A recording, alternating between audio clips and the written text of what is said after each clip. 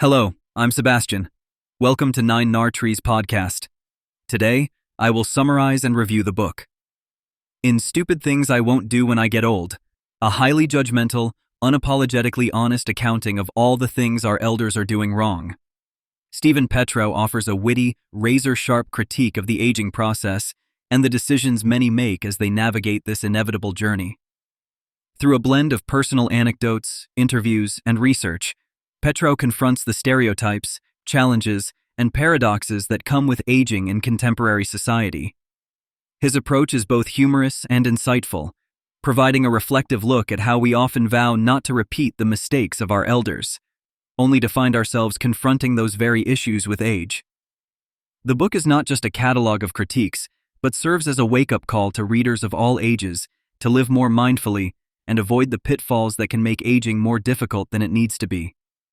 I will give you key takeaways from this book. Firstly, the denial of aging. One of the central themes Petrow explores is the denial of aging, one of the stupid things many vow not to succumb to. Denial manifests in various ways, from refusing to acknowledge our physical limitations to avoiding planning for the future.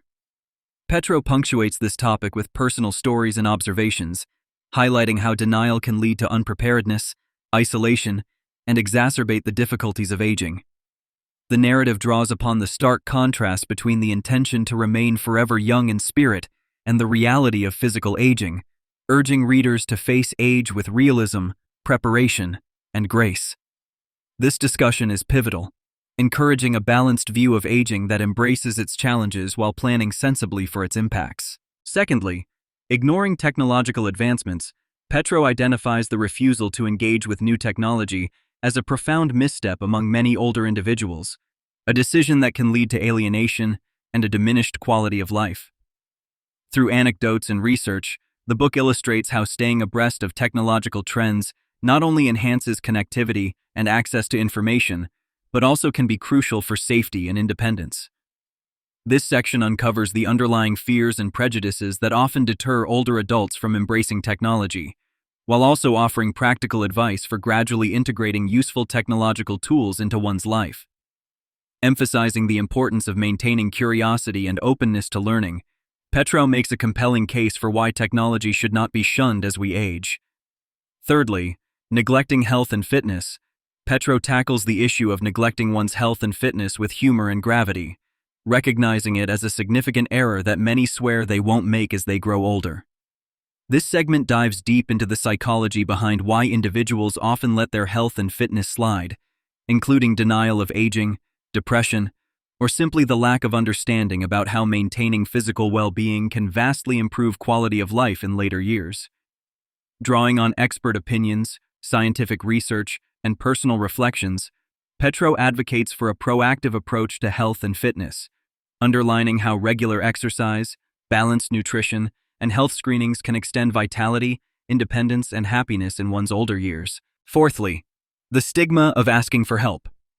This topic explores the common resistance among the elderly to ask for help, whether out of pride, fear of being seen as weak, or the desire to not be a burden on others. Petrow uses this chapter to delve into the consequences of such a stance, including increased risk of accidents, worsening health conditions, and isolation. Through engaging narratives, the book emphasizes the importance of community, support networks, and the value of embracing vulnerability as a strength rather than a weakness. By confronting the stigma around asking for help, Petrow invites readers to reconsider societal norms about independence and encourages creating a culture that supports mutual assistance and acknowledges the dignity in receiving help at any age. Lastly, overlooking the joys of aging.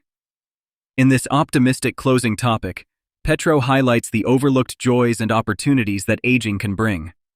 Contrary to the focus on decline, this section celebrates the wisdom, freedom, and new experiences that older age often provides. With a blend of personal stories and observations, Petrow argues that aging is not merely a series of losses, but a unique stage of life rich with potential for growth, learning, and happiness.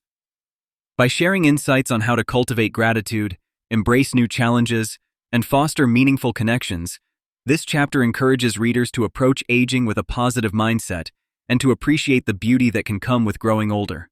In conclusion, Stephen Petrow's Stupid Things I Won't Do When I Get Old is a must-read for individuals of any age who seek to live their lives fully, with intention and joy, as they age.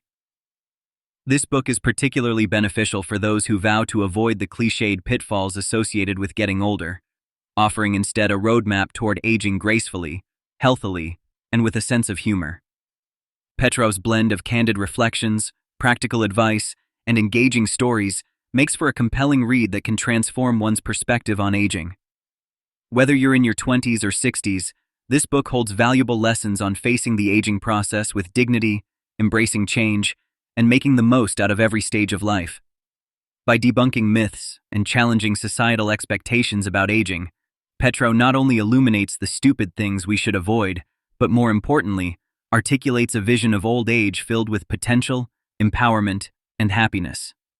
If you would like to support Stephen Petrow, you can buy the book through the Amazon link I've provided in the podcast description. After reading the book, please let me know what you think and share your thoughts. See you around.